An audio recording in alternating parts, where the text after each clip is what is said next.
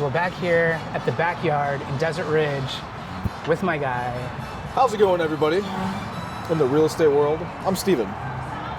My name's Ryan. So we're gonna check this place out. And the best way we know to do that is by eating in front of you. Yeah, I guess the intent of this is to eat in front of you guys. So you're gonna see a rather big guy eat a salad in hopes of losing some weight. So here's that. It's trendy. Trendy. They say if you lose weight, you sell more insurance, right? Shout out Andy Elliott. So you sell homeowners insurance? Most types of insurance. I don't do business insurance. Home is what I specialize in. I partner with people like you, Ryan, to help make your client's dream come true, right? So you're selling a home, they need insurance with that. We know a bunch of loan people that do their thing on the loan side. I'm just another piece of the puzzle, so. But what is homeowners insurance? Can I have a napkin, please? Yeah. I charge for these, right? It's $10. Is that for you? Insurance. What is homeowners insurance?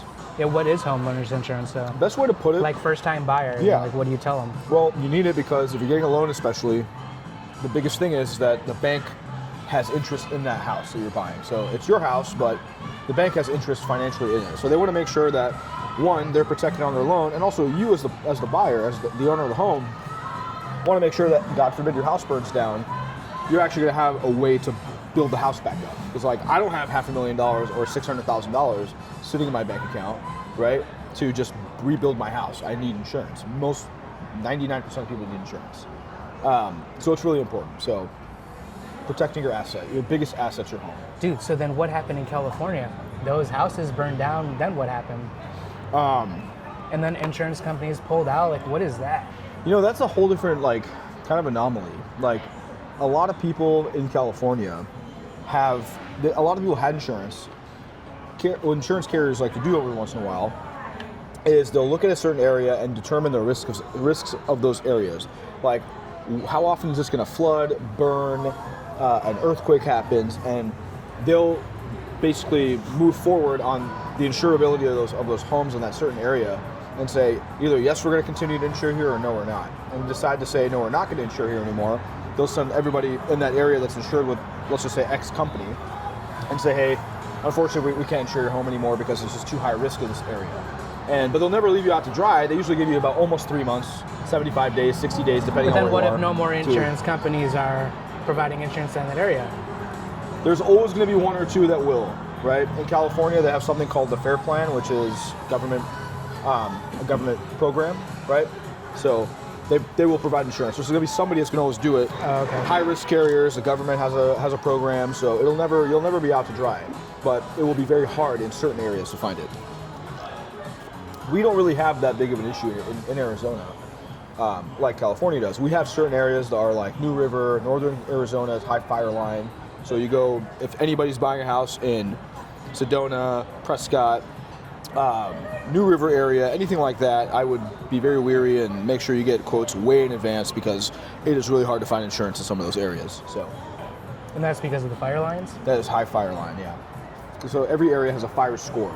Certain cities in certain areas of the state or any state will have fire scores.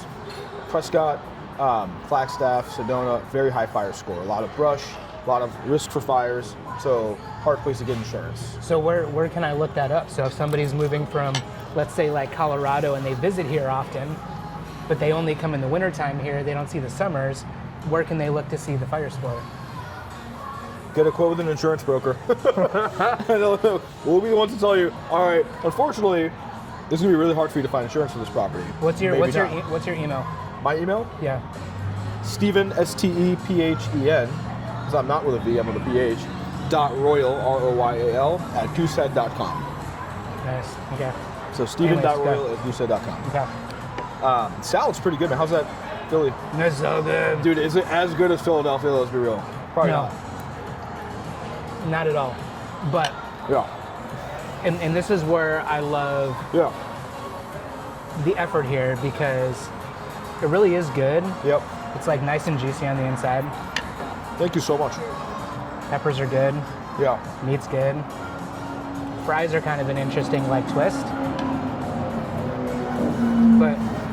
But overall, like the A for effort for a place in Arizona. Oh yeah. Yeah. Have you been to Philly before? No. No. But if anybody knows of the Chauncey Social in Scottsdale, That was a good spot. the same owner that owns the Chauncey Social is also the owner of the Backyard in Desert Ridge. Pretty cool.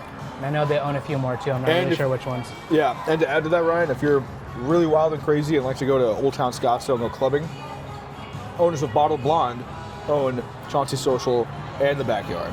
So if you're familiar with Bottled Blonde, same people as well. Oh yeah, there you go. Yeah. He was a cool guy. The guy we met, Brett. Yeah, very good people, very good owners. Own across multiple states. Not a corporate-owned business, which is good. Local business. See, and I think the most interesting part was that when he walked away, when the boss walked away, nobody talked about him behind his back, which is usually pretty good, right? Oh yeah. Because that's like the time you start talking smack. He was a likable guy. For sure. For sure. Yeah, the weather's pretty nice today. We're about 70 degrees right now. What are we in April?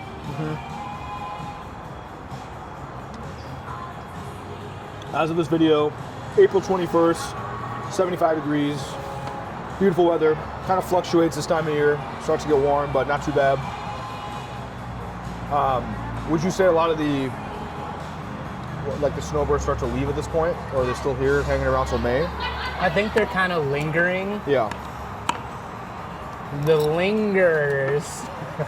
Yeah. But I love them because they're usually the most chill ones, and they just want to soak up everything of Arizona that they can before it gets super hot. I don't blame them. Once they leave, they say, "Fuck There's it," going and to they be a leave. time when I am an empty nester. Peace. Oh yeah. See you in the wintertime. Oh yeah. And then we'll go somewhere. But anyways, I like to talk to Steven a lot. I talk to him real estate. He talks to me insurance.